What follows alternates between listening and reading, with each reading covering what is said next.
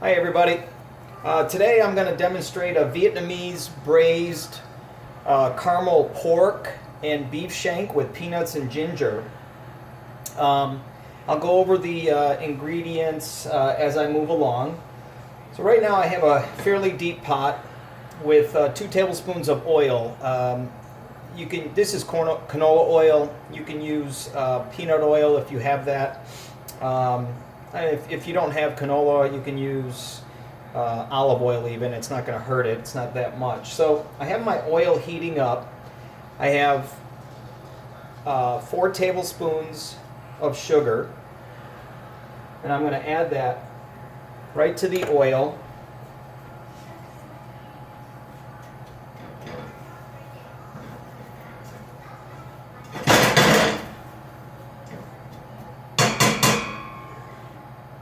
And I'm also going to add 1 tablespoon of chopped ginger to that sugar.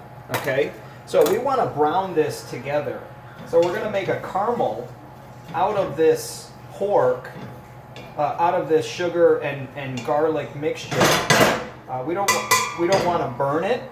We've got to be careful with the garlic, but we do want to turn that sugar to a caramel. Now, if you want, you can just omit the oil and you could just make a regular caramel and then add the garlic to that right away, and then go ahead and we're going to start adding our meat. Okay, so but I combine my oil, and the sugar will caramelize with that oil. We just got to be careful with the garlic, but I can smell that right now, that garlic and the sugar starting to caramelize. So after that, I have 2 pounds of baby back ribs. You can use spare ribs. I cut them up into 2-3 bone sections. I also have some really nice beef shanks.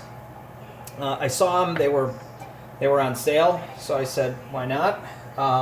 That's going to give this some really good gelatin content breakdown. It's going to be really delicious. Okay. After that, we're going to add 3 tablespoons of fish sauce. Now, if you don't have fish sauce, you could use soy in its place. We're also going to add 1 tablespoon of soy sauce. So if you don't have fish sauce, you can add additional soy, but they don't use a lot of soy in Vietnam. Strictly fish sauce, and that's where they're getting that salt component to their dishes. And Thailand. All right, so you can see now this is starting to brown a little bit, the sugar, and we want to caramelize that. The oil's starting to come out now. Now the garlic can brown, we just don't want it to burn. So I also have about 1.5 pounds of beef shank, about 3.5 to 4 pounds or so, and then I have 3 tablespoons of shallot sliced, and about 8 pieces of 1/8-inch cut slices of ginger. Okay? Alright, so this is good now. So here's my caramel. So you can see that caramel, and I can smell that garlic. It's toasted really nicely. And now, what we're going to do, we're going to add our shallots.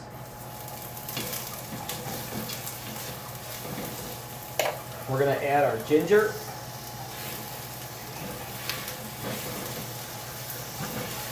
And that'll keep that garlic from burning.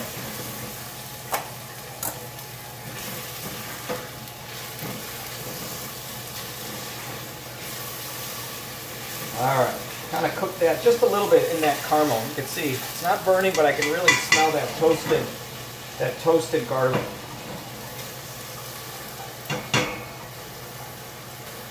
Okay, now we're going to add our fish sauce, our soy sauce, and 1 ounce of rice vinegar. Now, if you don't have rice vinegar, you can use white vinegar is fine, or even cider vinegar. That's unseasoned rice vinegar, okay?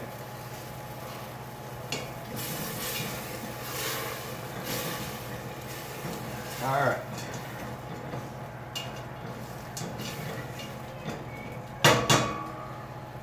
Okay, now I'm going to start adding my meat.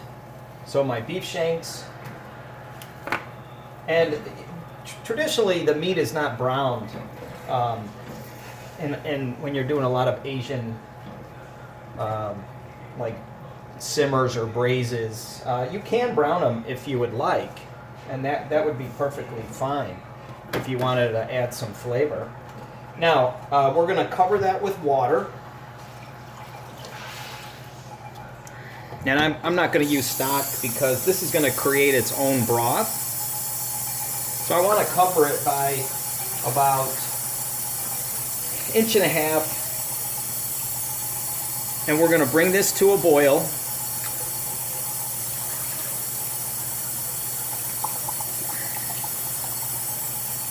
And we're going to let that cook for about 30 to 45 minutes once it boils. So we'll let it, turn it down, we'll let it simmer for about 30 to 45 minutes, and then we'll skim off some of the scum that rises to the top.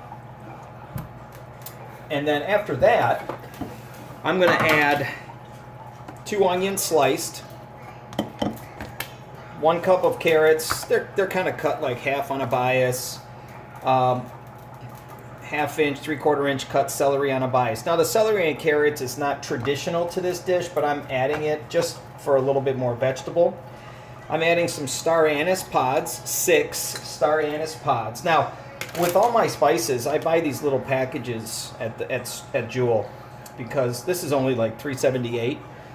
If I was going to buy the larger, it's like $6 or $7. I don't use a lot of this, and I do that with fennel, and I just put these in little containers afterwards. So we're going to bring this to a boil, and then I'll skim it, and we're going to let that cook for about 45 minutes.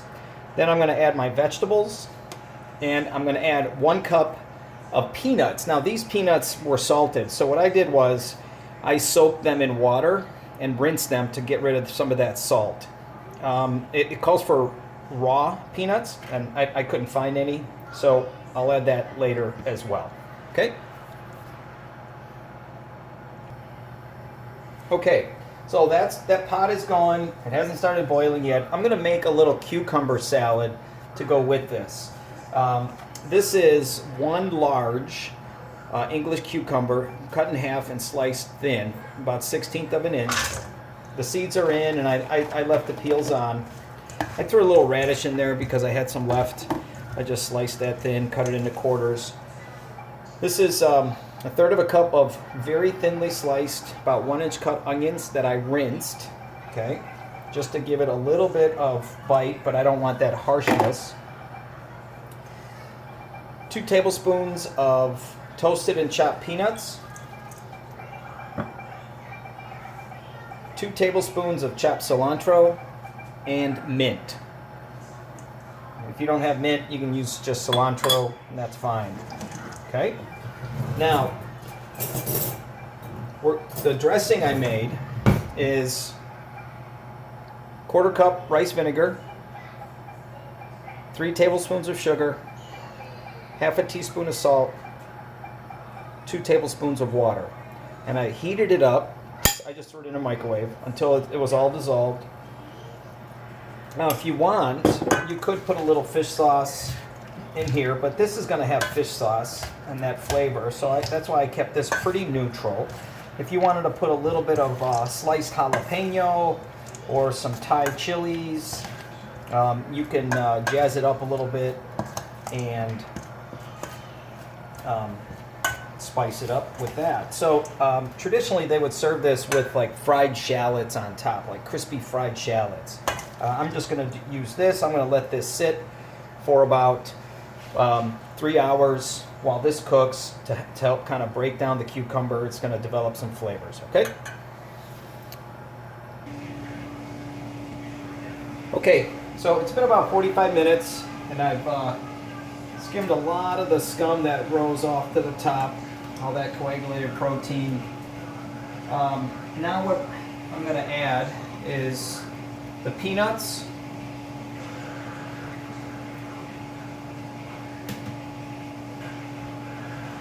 carrot, celery. It's going to be a tight fit. And we're going to add the onions. They will all kind of, everything will fit in there once it starts cooking. I'm going to cover it. I'm going to let it go.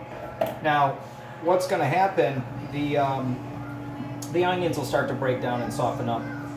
The ribs are going to get done first. The ribs are probably going to take about another hour and a half, depending on you know, the size of the hog that they came from.